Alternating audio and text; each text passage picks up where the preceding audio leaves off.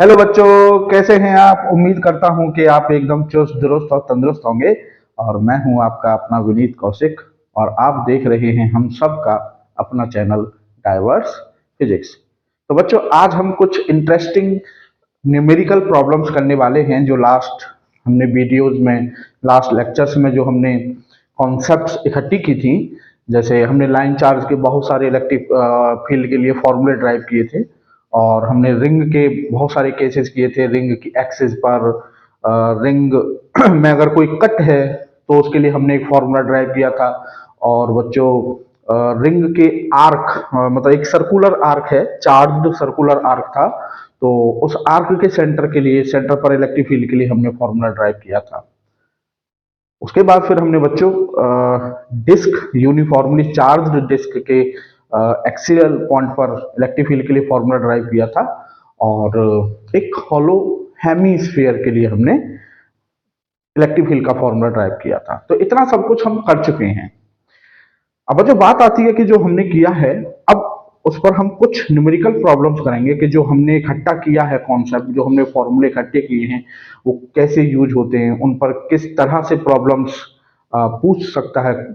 तो आज उसी पर हम बात करेंगे। तो बच्चों, numerical problems of charged structures, बड़ा ही इंटरेस्टिंग लेक्चर है आज का, और बहुत अच्छी अच्छी प्रॉब्लम्स कराने वाला हूं मैं आपको। तो numerical problems of charged structures. तो ये आप सोच रहे होंगे कि साहब ये चार्ज्ड स्ट्रक्चर्स ये क्या चीज है सर। तो बच्चों, ये क्या है कि हमने लाइन चार्ज और सर्किल के, मतलब रिंग आर्क के बहुत सारे केस किए थे, और हमने डिस्क और हेमिस्फीयर वो सारे केस किए थे। तो चार्ज्ड स्ट्रक्चर का मतलब है बच्चों कि वो एक स्ट्रक्चर बना के देगा आपको, चार्ज स्ट्रक्चर।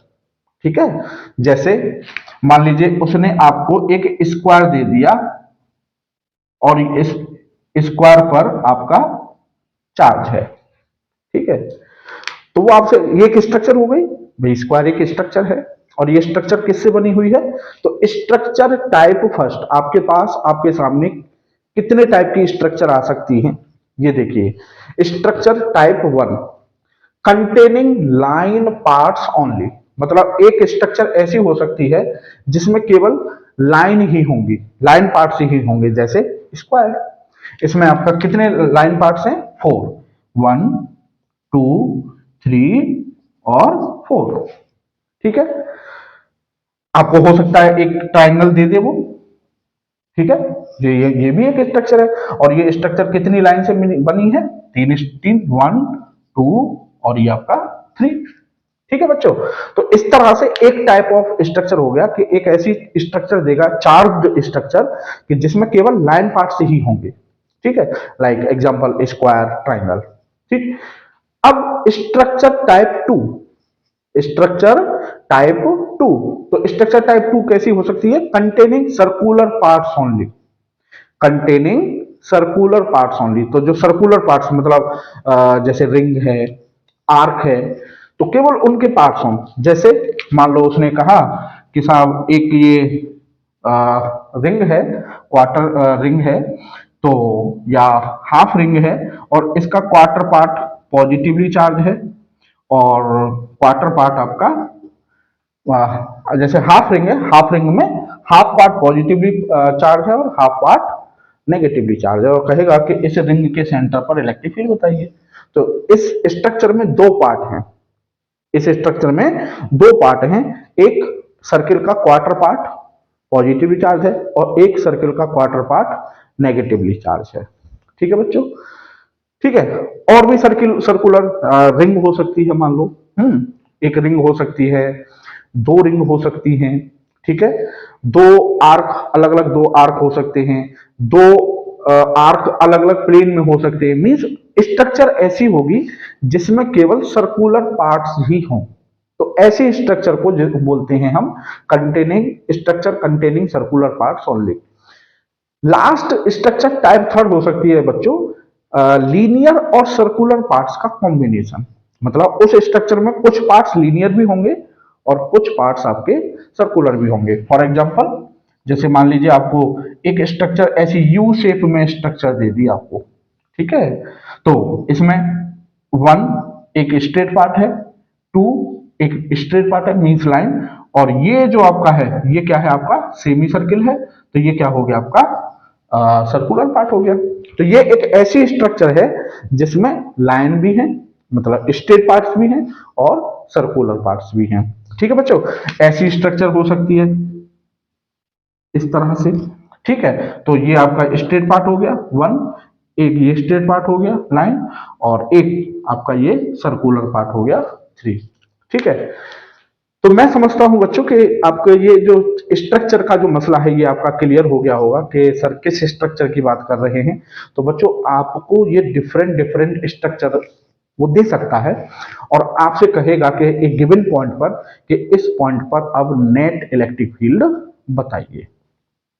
ठीक है, अब सबसे पहली बात यह है बच्चों कि इस तरह के क्वेश्चंस में जहां आपको स्ट्रक्चर गिवन है, एक चार्ज स्ट्रक्चर गिवन है और वहां पर किसी एक गिवन पॉइंट पर आपसे इलेक्ट्रिक फील्ड पूछा जा रहा है, तो सबसे पहली जो रिक्वायरमेंट है वो ये है कि हमें जितने भी फॉर्मूले हमने ड्राइव किए हैं डिफरेंट डिफरेंट केसेस के लिए, वो फॉर्मूले हमको मेमोराइज होने चाहिए, हमारे माइंड में होने चाहिए।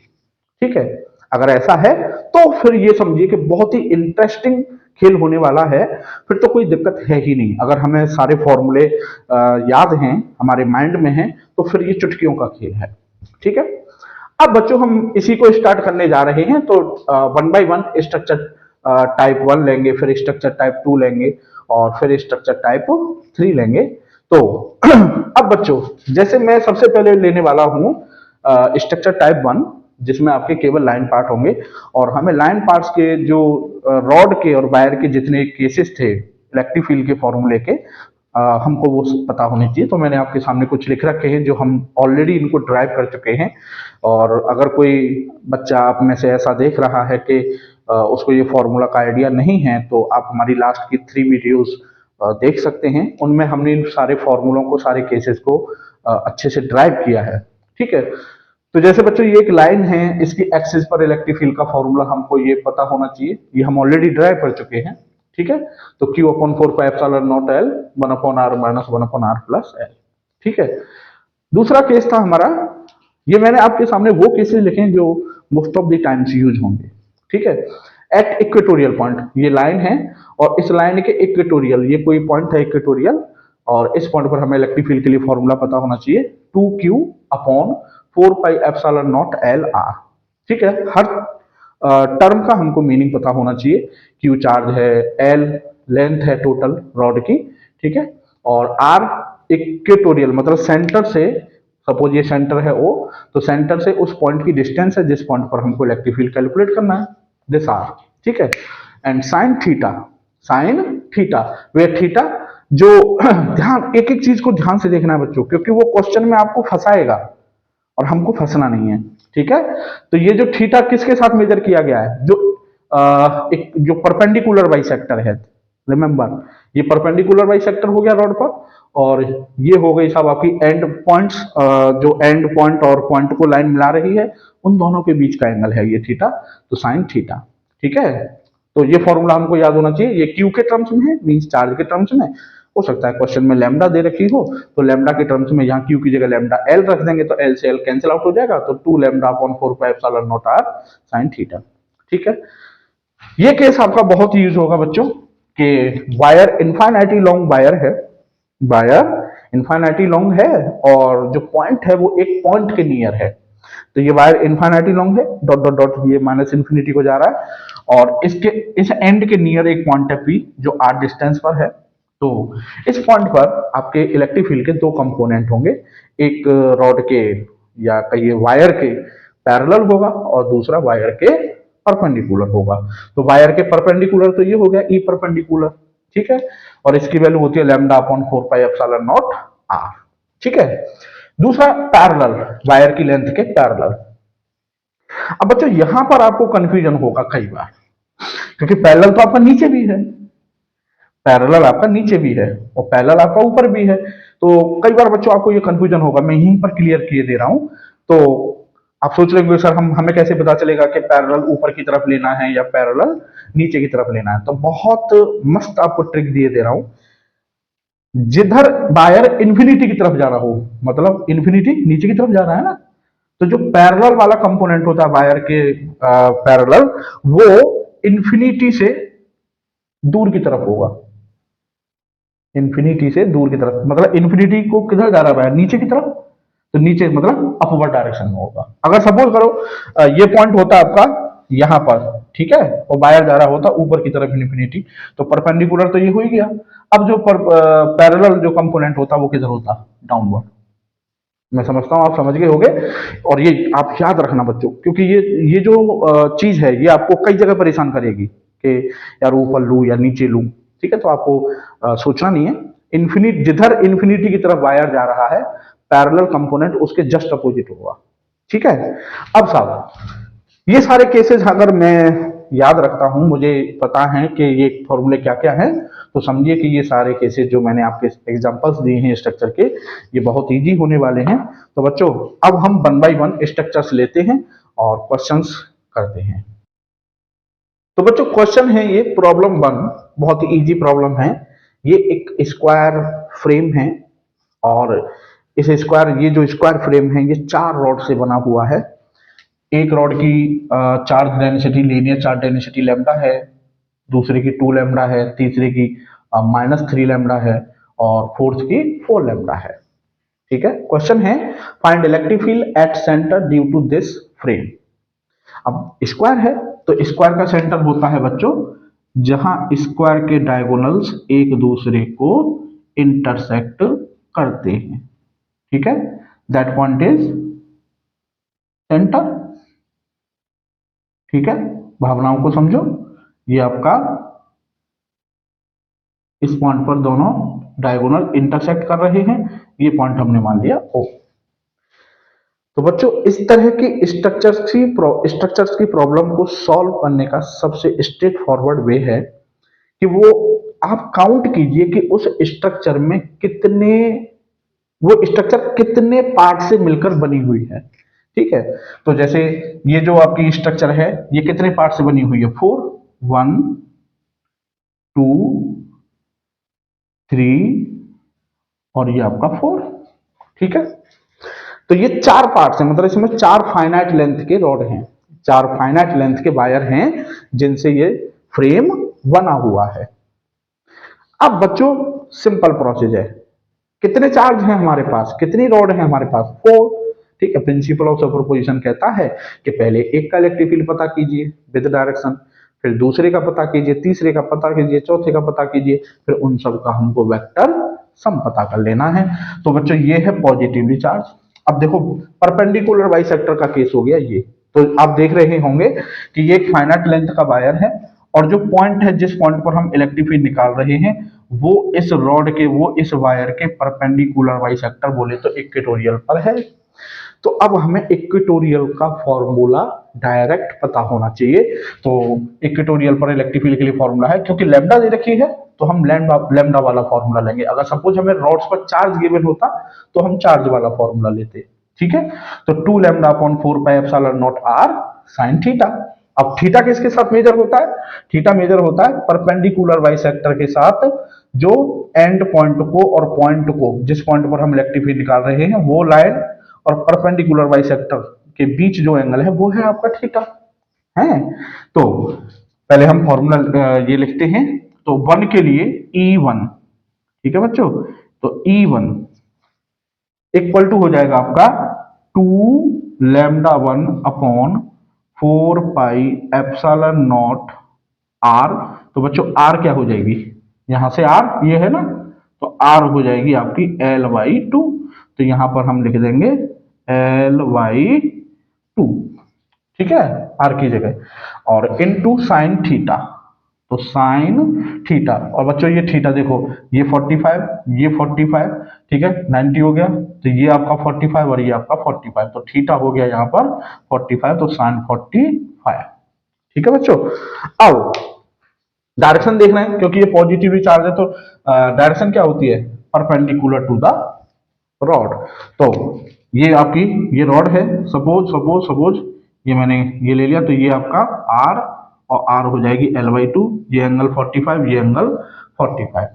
ठीक है, तो ये रॉड है इस तरह से, तो इसके परपेंडिकुलर ये हो गई साहब हमारी E1 की डायरेक्शन। तो E1 किधर हो गया बच्चों, एलोंग प्लस एक्स। तो एलोंग प्लस एक्स का मतलब आई कैप। ठीक है, अब इसको सॉल्व कर लें, तो ये हो जाएगा आपका E1 इक्वल टू ये हो जाएगा आपका 2λ1 2λ1 अपॉन 2λ अपॉन, और ये हो जाएगा 2 पाई एप्सिलॉन नॉट एल और 1/√2। ठीक है, और आई कैप। ठीक है बच्चों, √2 से रेशनलाइजेशन कर देंगे तो ये हो जाएगा आपका 2√2 अपॉन ये हो जाएगा आपका 4 पाई एप्सिलॉन नॉट एल। √2 से √2 तो 2 2 4, और ये डायरेक्शन हो गई आपकी आई कैप। तो ये आ गया बच्चों जो रॉड 1 है उसका इलेक्ट्रिक फील्ड सेंटर पर। ठीक है, अब साहब अब मैं समझता हूं ये आपने फॉर्मूले नोट कर लिए होंगे, तो मैं इसको और रफ किए दे रहा हूं। और अब अब देखते हैं बच्चों, जो दूसरी रॉड है E2, तो दूसरी रॉड का हो जाएगा E2। तो दूसरी रॉड कौन सी है, ये है। अब देखो बच्चों, कॉमन सेंस वाली बात है, यहां पर सारी सिचुएशन सेम है भाई, स्क्वायर है तो सारी लेंथ इक्वल होंगी, सारे एंगल वही होंगे 45, और आर सबके लिए L/2 होने वाली है। ठीक है, सारी सिचुएशन सेम है, सिर्फ सिर्फ क्या चीज चेंज हो रही है, लैम्डा, है ना।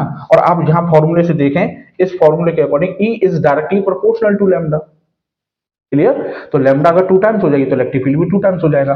तो कहने का मतलब यहां पर लैम्डा थी, यहां पर 2 लैम्डा है, तो बल का जो इलेक्ट्रिक फील्ड है 2 का इलेक्ट्रिक फील्ड उसका जस्ट 2 टाइम्स हो जाएगा, हाँ या ना। ठीक है, तो उसका जस्ट 2 टाइम्स हो जाएगा। तो ये हो जाएगा आपका जैसे ये हो जाएगा आपका √2, ये हो गया 2 पाई एप्सिलॉन नॉट। तो जो E2 हो जाएगा, बस इसमें 2 का क्या हो जाना है, मल्टीप्लाई। तो 2 √2 लैम्डा 2 √2 लैम्डा और upon 2 pi epsilon naught L, और इसकी डायरेक्शन हो जाएगी साहब आपकी अवे फ्रॉम दी रॉड, ये माइनस आई। तो ये हो जाएगा माइनस आई कैप। ठीक है बच्चों, क्लियर। अब साहब अब मुझे पता करनी है E3। तो E3 ये माइनस है, तो माइनस के लिए इनवर्ट डायरेक्शन हो जाएगी, तो ये डायरेक्शन हो गई साहब E3 की। ये 3 लैम्डा है, तो जो लैम्डा के लिए था उसका 3 टाइम्स हो जाएगा। तो लैम्डा के लिए था आपका ये इलेक्ट्रिक फील्ड, तो इसका 3 टाइम्स, तो E3 हो जाएगा साहब 3√2 lambda 3√2 lambda upon 2 pi epsilon naught L, और ये डायरेक्शन हो जाएगी जे कैप। ठीक है, अब साहब ऐसे ही हमको E4 निकालना है। तो E4 4 लैम्डा है, तो जो लैम्डा के लिए था इलेक्ट्रिक फील्ड उसके 4 लैम्डा के लिए जस्ट उसका 4 टाइम्स हो जाएगा। तो लैम्डा के लिए ये था, तो ये हो जाएगा साहब आपका 4√2 lambda upon 2 pi epsilon naught L, और इसकी भी डायरेक्शन प्लस वाई होगी। तो ये हो गया E4, तो ये हो गया आपका प्लस जे कैप। ठीक है बच्चों, अब क्या करना है, अब हमने सीधे सीधे आई जे के की फॉर्म में सारे इलेक्ट्रिक फील्ड निकाल लिए। अब हमको ये सीधे सीधे क्या कर देने हैं, ऐड कर देने हैं। तो जो नेट इलेक्ट्रिक फील्ड होगा सेंटर पर ई नेट, वो हो जाएगा E1 plus E2 plus E3 plus E4। ठीक है बच्चों, तो E1 प्लस E2, तो E1 प्लस E2 हो जाएगा 2√2, ये हो जाएगा, तो 2√2 लैम्डा अपॉन ये, तो 2 माइनस 1, तो ये हो जाएगा √2 lambda upon √2 lambda upon 2 pi epsilon naught L. ठीक है, और माइनस आई कैप और प्लस, तो ये हो जाएगा क्योंकि एक प्लस है एक माइनस है ना। अब 3 और 4 में ये हो जाएगा आपका 4√2 और ये तो 7√2 7√2 lambda upon 2 pi epsilon naught L, और ये हो गई सब डायरेक्शन जे कैप। अब ये क्या हो गया, ये स्क्वायर था, तो मैं दोबारा से रिपीट कर रहा हूं।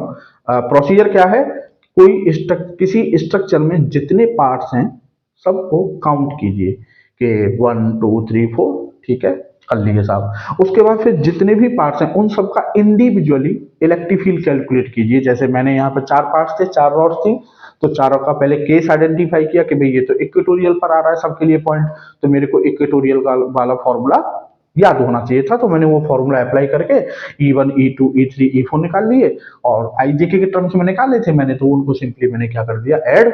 तो ये जो आपका आया, ये इस सेंटर पर नेट इलेक्ट्रिक फील्ड का फॉर्मूला आया था। ठीक है, तो बच्चों एक और नेक्स्ट स्ट्रक्चर लेते हैं। तो बच्चों नेक्स्ट प्रॉब्लम है आपकी कि ये एक इक्विलेटरल ट्रायंगल है, ठीक है, 3 रॉड से बना हुआ है और तीनों रॉड्स की लेंथ इक्वल है। क्वेश्चन है find electric field at the centroid of triangle. तो ये जो पॉइंट है आपका सी, ये इस ट्रायंगल का सेंट्रॉइड है, बोले तो सेंटर है, और इस पर हमें इलेक्ट्रिक फील्ड बताना है। तो प्रोसीजर वही है कि हमारे पास हमें सबसे पहले काउंट करना है कि वो स्ट्रक्चर कितने पार्ट से बनी हुई है। तो 1, ठीक है, 2 एंड 3, क्लियर। अब प्रोसीजर क्या है, 1 2 3 कर लिए हमने, अब पहले 1 का इलेक्ट्रिक फील्ड पता करेंगे, फिर 2 का पता करेंगे, फिर 3 का पता करेंगे। तो पहले 1 का पता कर लेते हैं।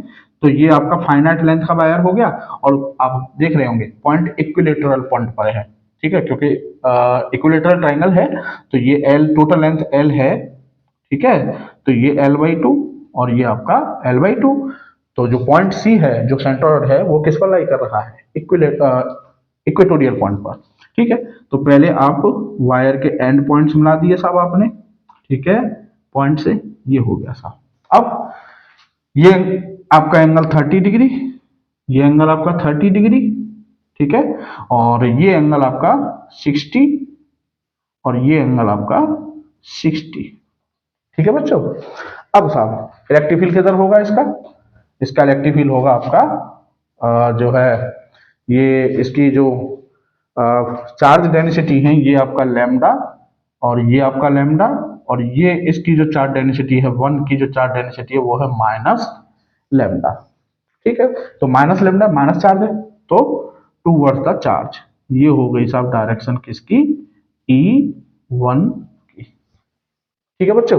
तो E1, तो फाइनाइट लेंथ का इक्वेटोरियल वाला हमें फॉर्मूला पता होना चाहिए इन टर्म्स ऑफ लैम्डा। तो वो फॉर्मूला है साहब हमारा equal to 2 lambda upon 4 pi epsilon not R और साइन थीटा, ठीक है, 2 lambda upon 4 pi epsilon not R और साइन थीटा, बस वैल्यूज पुट कर दीजिए। तो ई, अच्छा यहाँ पर अभी हमको आर, ये आर है, तो आर नहीं पता, तो आर कैसे निकालेंगे, आर हमको चाहिए, और ये हमको पता है L/2, मतलब थीटा के सामने परपेंडिकुलर हमें पता करना है, बेस हमको पता है। तो tan 30 equal to perpendicular upon base, तो आर अपॉन बेस हो जाएगा आपका L/2। So this implies R equal to L/2 tan 30। तो tan 30 की वैल्यू 1/√3, तो ये हो जाएगा L/2√3। ये हो गई साहब हमारी आर की वैल्यू। फिजिक्स चेंज नहीं होती है मेरे बच्चों, फिजिक्स चेंज नहीं होती है, फिजिक्स वही है कि नंबर काउंट किए 1 2 3, फिर एक एक करके निकालना है। अब वो जो निकालना है एक एक करके, उसमें हल्का फुल्का कुछ ना कुछ वो अलग मैथमेटिकल रेसिपी आ जाएगी। जैसे स्क्वायर में वो बड़ा सिंपल था, हमको आर जो है सिंपली मिल गया था L/2, लेकिन यहाँ पर हमें आर कैलकुलेट करना पड़ गया हल्का सा, ठीक है। तो आर की वैल्यू आ गई साहब हमारे पास। अब E1, तो E1 हो जाएगा बच्चों आपका 2 lambda upon 4 pi epsilon not, R की वैल्यू रख देंगे, तो L अपॉन 2√3, ठीक है। और थीटा है हमारा 60 डिग्री, तो साइन 60, क्लियर। तो E1 की वैल्यू आ गई बच्चों, ये हो जाएगा आपका तो 2 lambda upon 2 pi epsilon not, और L साइन 60 की वैल्यू √3/2, तो ये आपका 1/√3, और ये √3/2, 2 से ये 2 कैंसिल, और √3 ऊपर चला जाएगा बच्चों, तो E1 की वैल्यू आ जाएगी आपका 3 lambda, √3 into √3 3 lambda upon 2 pi epsilon naught L, ठीक है। और डायरेक्शन क्या होगी इसकी, डाउनवर्ड, डायरेक्शन क्या हो जाएगी, डाउनवर्ड, ठीक है बच्चों। ये हो गई डायरेक्शन, कोई नेगेटिव है ना तो डाउनवर्ड। अब 1 का हो गया।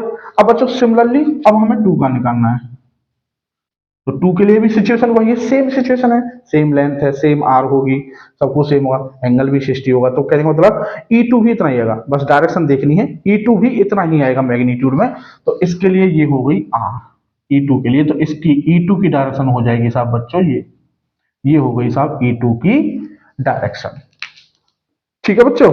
ये E2 की डायरेक्शन हो गई, मैग्नीट्यूड उतना ही होगा, आप समझ रहे होंगे क्योंकि सारी चीजें आइडेंटिकल हैं, तो E2 भी उतना ही होगा, क्लियर। अब आप देख रहे होंगे E3 के लिए भी सारी आइडेंटिकल सिचुएशंस हैं, ठीक है, तो E3 भी इतना ही आ जाएगा, ठीक है, और इसको हमने मान लिया E, क्लियर। तो अब ये हो गई साहब, ये आपका 3 के लिए आर ये हो जाएगा, तो आउटवर्ड डायरेक्शन में पॉजिटिव है, तो ये हो जाएगी E3 की डायरेक्शन, तो E, ये भी E, और आपका ये भी E। अब बच्चों देखो E और ये वाला E, इन दोनों के बीच ये टोटल एंगल कितना है, 120।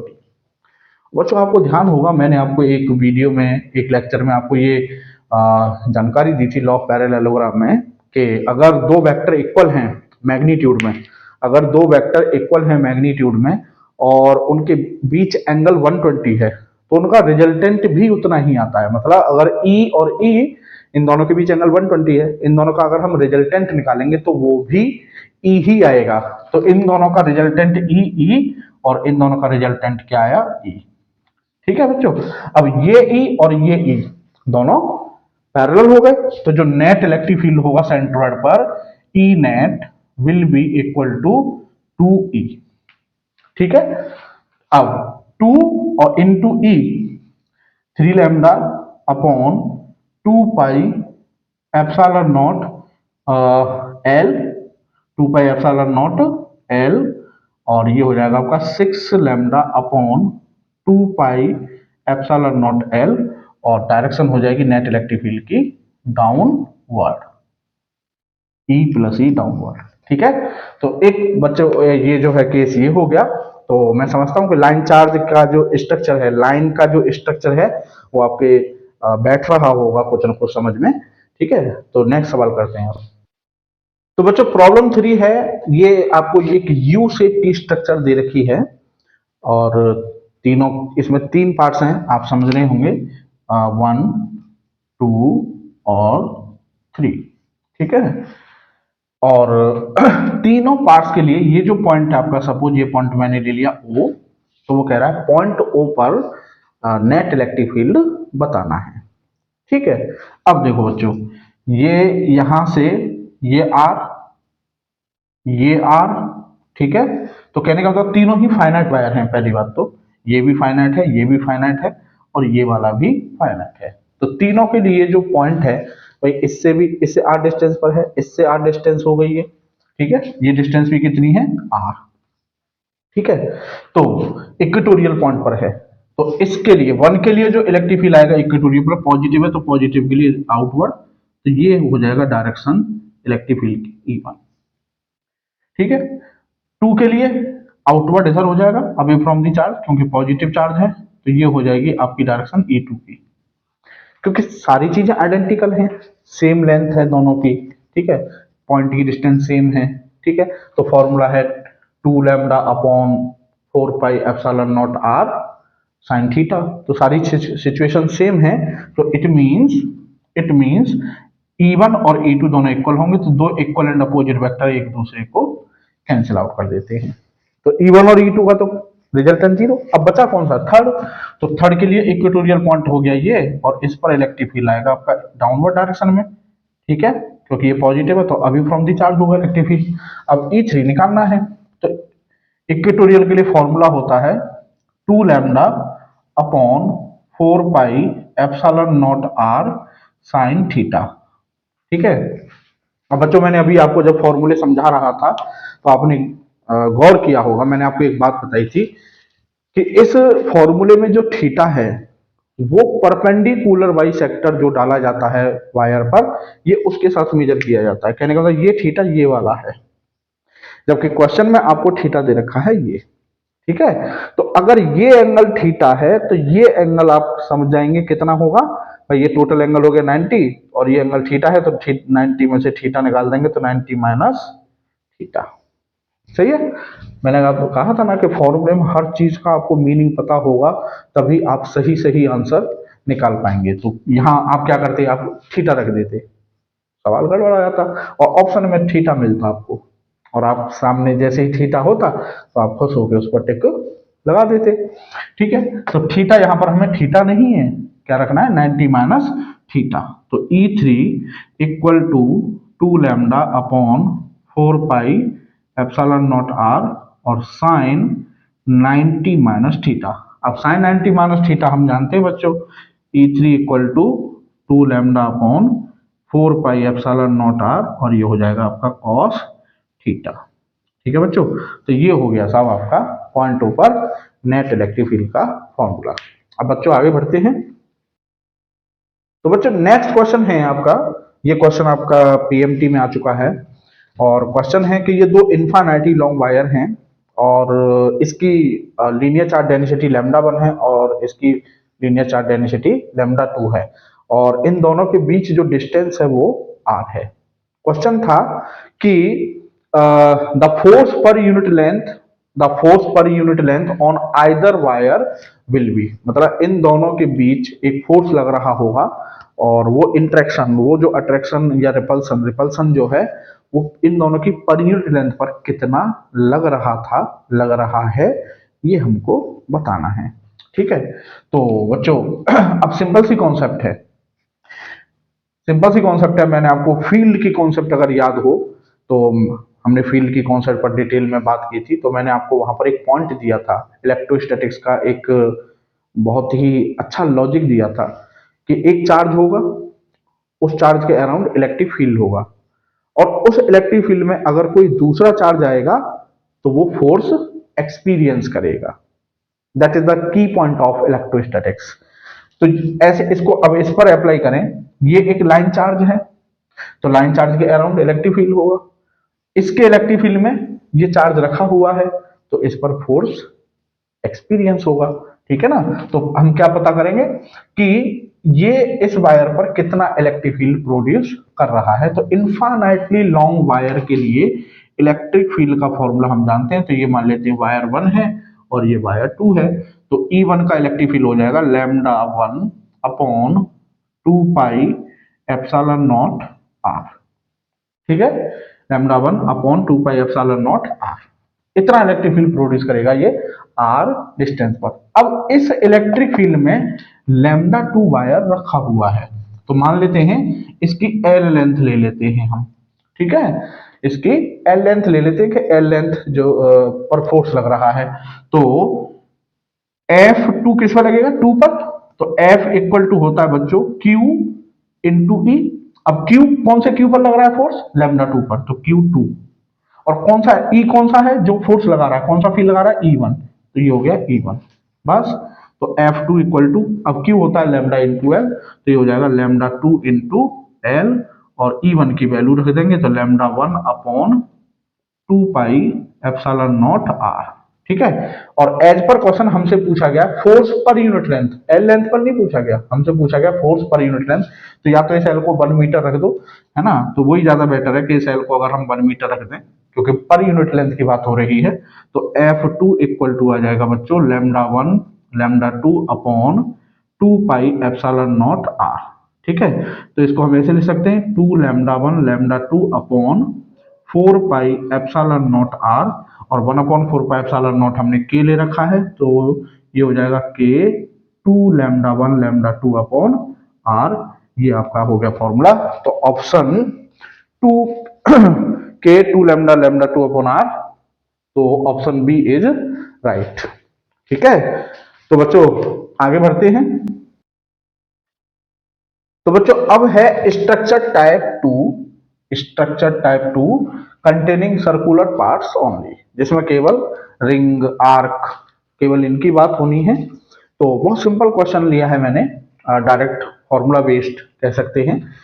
क्वेश्चन है a ring of charge with radius 0.5 metre has 0.02 pi metre gap.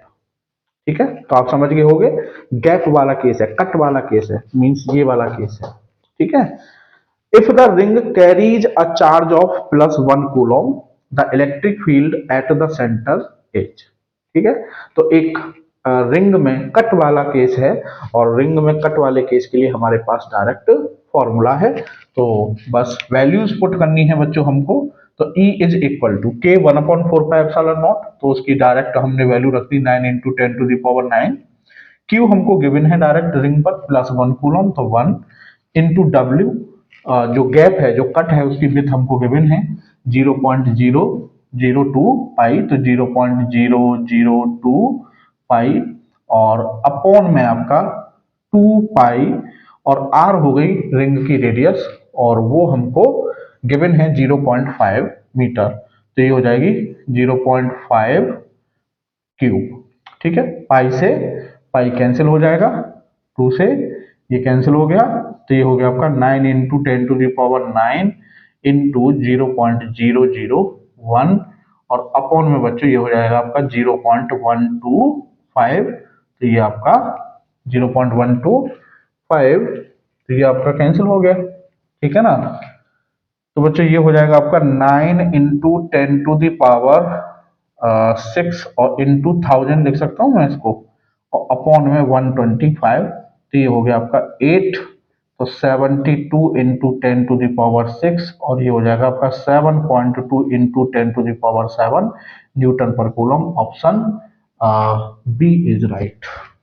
ठीक है बच्चों, तो ये सिंपल क्वेश्चन था, लेकिन अगर हमें कट वाला केस, अगर हमको कट वाला केस डायरेक्ट याद नहीं है तो मुश्किल भी है। तो कहने का मतलब फॉर्मूले भी अपनी जगह एक इम्पोर्टेंस रखते हैं। कई बार हमको क्वेश्चन बहुत सिंपल होता है और हमको फॉर्मूला याद नहीं रहता है, तो वो क्वेश्चन हमारे लिए फिर टफ भी है। ठीक है, तो ये सारे फॉर्मूले हमको याद होने चाहिए। तो बच्चों अब देखते हैं नेक्स्ट क्वेश्चन। तो बच्चों प्रॉब्लम 2 है कि ये एक सेमी सर्किल है, और इस सेमी सर्किल के हाफ पोर्शन पर पॉजिटिव चार्ज डिस्ट्रीब्यूटेड है, और रेस्ट हाफ पर नेगेटिव चार्ज डिस्ट्रीब्यूटेड है। और वो कह रहा है कि इस पॉइंट पी पर, मतलब जो सेंटर है सेमी सर्किल का, उस पर नेट इलेक्ट्रिक फील्ड बताइए। तो the electric field at point P will be option A Q/π² ε0 r², option B 2Q/π² ε0 r², and option C 4Q/π² ε0 r², and option D Q/4π² ε0 r²। अब तो बड़ी समस्या बन गई बच्चों, है ना? कोई समस्या नहीं है। Structure type 2 containing circular parts only, आपको केवल वो डिफरेंट पार्ट्स काउंट करने हैं जिन डिफरेंट पार्ट से मिलके वो स्ट्रक्चर बनी हुई है। तो इसमें एक पार्ट तो हो गया आपका ये, और एक पार्ट हो गया ये, बस। अब आप जानते हैं ये आर्क है, और बच्चों आर्क के फील्ड के फॉर्मूले के लिए आपके पास फॉर्मूला है। ठीक है, तो कोई दिक्कत वाली बात नहीं है। आपके पास दो पार्ट हो गए, तो एक क्वार्टर आर्क ये हो गया, और एक क्वार्टर आर्क ये हो गया। तो इसका इलेक्ट्रिक फील्ड, पॉजिटिव वाले का जो इलेक्ट्रिक फील्ड होगा वो हो जाएगा आपका ये E1। ठीक है, E1 क्लियर। तो आर्क का इलेक्ट्रिक फील्ड क्या होता है बच्चों, इसे भी समझो। जो आर्क के एंड पॉइंट्स को हमने सेंटर से मिलाना है, और उस सेंटर से, मतलब जो बाई सेक्टर जाएगा उस एंगल का, मतलब आर्क पर जो एंगल, आर्क सेंटर पर जो एंगल बना रहा है, इलेक्ट्रिक फील्ड उसको बाइसेक्ट करते हुए जाएगा। ठीक है, तो डायग्राम में थोड़ा सा लग रहा होगा, बाकी ये एंगल और ये एंगल दोनों क्या है, इक्वल है। तो ये E1 हो गया, क्योंकि पॉजिटिव चार्ज है तो पॉजिटिव के लिए रेडियली आउटवर्ड डायरेक्शन होती है। ठीक है, अब E1 की वैल्यू निकाल लेते हैं, तो फॉर्मूला लगा दीजिए। तो E1 की वैल्यू हो जाएगी साहब, E1 इक्वल टू 2 अपॉन, या 2 के बाद में रख लेंगे, और Q, ठीक है, साइन, एंगल हो जाएगा ये क्या भाई, क्वार्टर है ना, तो पूरा एंगल होता है 2 पाई, और इसका 1/4 कर दो तो पाई/2। ठीक है, तो ये हो जाएगा आपका, फाइव की जगह हम पाई/2 रखेंगे तो ये हो जाएगा पाई/4। ठीक है, और अपॉन में फाइव की जगह पाई/2। ठीक है, और अपॉन में जो रेडियस है वो हमको गिवन है स्मॉल आर, रेडियस हमको स्मॉल आर गिवन है, तो आर स्क्वायर। ठीक है बच्चों, अब तो ये हो जाएगा बच्चों आपका, 2 पर जाएगा तो 4, और के क्यू, और इनटू में 1/√2, क्योंकि ये साइन 45 हो जाएगा, और साइन 45 की वैल्यू 1/√2, और ये हो जाएगा बच्चों आपका πr²। ठीक है बच्चों, तो के की वैल्यू रख देंगे 1/4πε0, तो ये हो जाएगा 4q अपॉन, और 4πε0 इंटू पाई इंटू r², और ये आपका √2। ठीक है, तो 4 से 4 कैंसिल हो जाएगा, 4 से 4 कैंसिल हो जाएगा, तो q upon pi square ε0 r², और ये हो गया आपका √2। ठीक है बच्चों, ये हो गया आपका E1। अब बच्चों ये सेम इतना ही इलेक्ट्रिक फील्ड होगा, क्योंकि दोनों चीजें सेम ही तो हैं, ये जितना प्लस क्यू है ये उतना ही माइनस क्यू है, बस डायरेक्शन चेंज हो जाएगी। तो इसकी डायरेक्शन हो जाएगी आपकी E2 टूवर्ड्स द चार्ज, क्योंकि नेगेटिव चार्ज है। ठीक है, तो E2 इतना ही होगा, है ना, तो इक्वल टू E2 है ना, और इक्वल टू E, दोनों ये भी E ये भी E, मतलब दोनों इक्वल है। अब हमको इन दोनों का रिजल्टेंट निकालना है, तो ये एंगल कितना हो जाएगा, 90 डिग्री। बोलिए भाई, ये भी एक डायमीटर है, ये भी एक डायमीटर है ना, और दो डायमीटर एक दूसरे से 90 डिग्री पर होते हैं, तो दोनों 90 डिग्री पर हो जाएंगे, तो जो ई नेट आएगा बच्चों वो हो जाएगा आपका √E² + E², और बोले तो √2 into E²+E², law of parallelogram से भाई दो वेक्टर है 90 डिग्री पर है, तो √A² + B² + 2AB cos theta, theta 90 है, तो √2 इंटू ई की वैल्यू रख देंगे। ई की वैल्यू कितनी है हमारी, Q अपॉन √2 π² ε0 r², √2 से √2 कैंसिल हो गया बच्चों, तो Q अपॉन π² ε0 r², ये आ गया साहब आपका ऑप्शन। तो ऑप्शन हो गया आपका option A, Q upon π² ε0 r²। ठीक है बच्चों, तो नेक्स्ट क्वेश्चन देखते हैं। तो बच्चों नेक्स्ट जो स्ट्रक्चर है हमारी type 3, structure type 3 containing circular and line parts both. तो अब आपके सामने एक ऐसी स्ट्रक्चर है जिसमें लाइन पार्ट्स भी हैं, कुछ सर्कुलर पार्ट्स भी हैं, तो कोई दिक्कत नहीं है। सबसे पहले हमको क्या करना है, काउंट दी इंडिविजुअल पार्ट्स। तो एक ये स्ट्रेट हो गया साहब, एक ये स्ट्रेट हो गया, और एक ये आपका सर्कुलर पार्ट हो गया, तो 1 2 3। अब प्रोसीजर क्या है, पहले 1 का इलेक्ट्रिक फील्ड पता करेंगे, पॉइंट मान लीजिए ये है हमारा P, तो पहले 1 पर 1 का इलेक्ट्रिक फील्ड पता करेंगे, फिर 2 का, और फिर 3 का। ठीक है, तो अब देखो पहले बच्चों केस पहचानना बड़ा जरूरी होता है।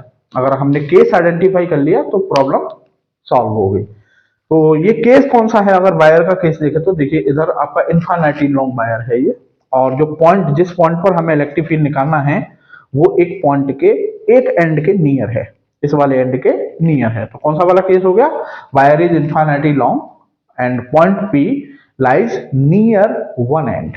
ठीक है, अब बच्चों उसका हमें पता होना चाहिए केस, कि अगर ये इनफाइनाइटली लॉन्ग वायर है और ये आपका पॉइंट है, तो इसमें दो कंपोनेंट होते हैं इलेक्ट्रिक फील्ड के, एक वायर के परपेंडिकुलर और एक वायर के पैरेलल। ठीक है, और दोनों की वैल्यू कितनी होती है, lambda upon 4 pi epsilon not R, lambda upon 4 pi epsilon not are. ठीक है, उतना ही ये होता है, lambda upon 4 pi epsilon not are.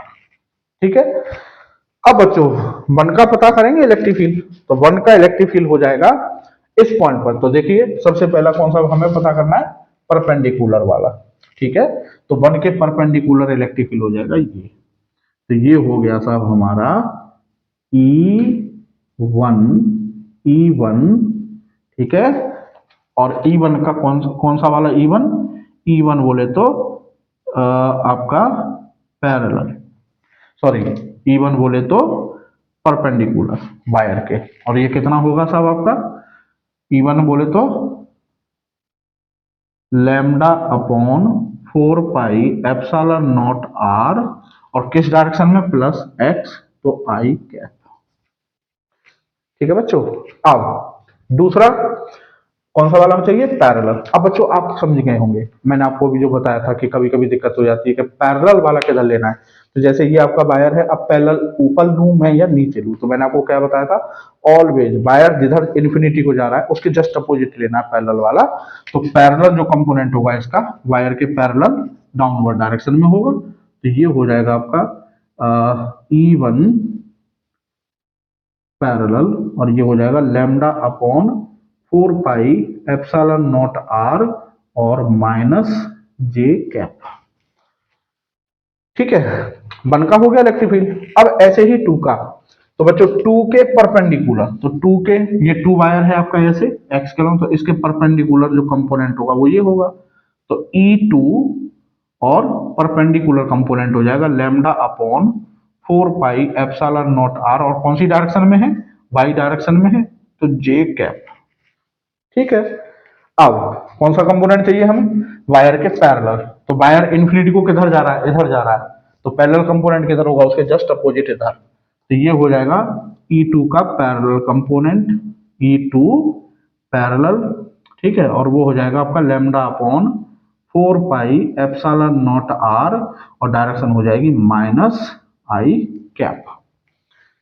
ठीक है बच्चों, तो वायर के इलेक्ट्रिक फील्ड क्या हो गए, फाइंड आउट हो गए। अब देखो बच्चों, ये उतना ही प्लस आई है और ये उतना ही माइनस आई है, और ये उतना ही प्लस जे और ये उतना ही माइनस जे है। तो कहने का मतलब वायर्स के जो इलेक्ट्रिक फील्ड हैं पॉइंट पी पर एक दूसरे को क्या कर रहे हैं, कैंसिल आउट कर रहे हैं। अब बचा कौन सा, थर्ड पार्ट बचा आपका ये केवल आर्क। ठीक है, और आर्क भी कौन सा है, क्वार्टर, सर्किल का फोर्थ पार्ट है। तो इसकी वजह से जो इलेक्ट्रिक फील्ड होगा, तो ये एंगल है आपका π/2, तो जो इसका जो इलेक्ट्रिक फील्ड होगा वो इस एंगल को क्या करेगा, बाइसेक्ट करते हुए जाएगा। तो ये जो इलेक्ट्रिक फील्ड हो गया आपका, ये हो जाएगा E3। ठीक है, अब E3 बाकी सारे तो कैंसिल आउट हो जाएंगे। अब E3 हमें पता करना है, तो आर्क के लिए हमारे पास फॉर्मूला है। तो E3 हो जाएगा 2KQ साइन π/2 अपॉन 5 और R स्क्वायर। ठीक है, तो E3 equal to 2KQ, 2KQ, और हमें लेमडा दे रखी है बच्चों, ये लेमडा, सबकी लेमडा सेम है। तो अब हमें Q कैसे निकालना है, Q हो जाएगा लेमडा इंटू एल। तो 2K लेमडा इंटू एल, और एल क्या हो जाएगी, सर्कुलर आर्क की लेंथ। तो सर्कुलर आर्क की लेंथ हो जाएगी 2πr/4, तो πr/2, क्यों भाई, टोटल 2πr हो जाएगी, उसका हमें फोर्थ पार्ट करना है, तो πr/2, तो πr और /2 और इनटू साइन, ये हो जाएगा आपका π/4, साइन π/4, क्योंकि एंगल आपका हो जाएगा 90, मतलब π/2, पाई की जगह π/2 रखेंगे तो π/4, और अपॉन में यहाँ π/2 और इंटू आर स्क्वायर। तो π/2 से ये π/2 कैंसिल, आर से एक आर कैंसिल हो जाएगा। तो बच्चों ये हो जाएगा 2k lambda, 2k lambda sign π/4 की वैल्यू 1/√2 और अपॉन में नीचे आर।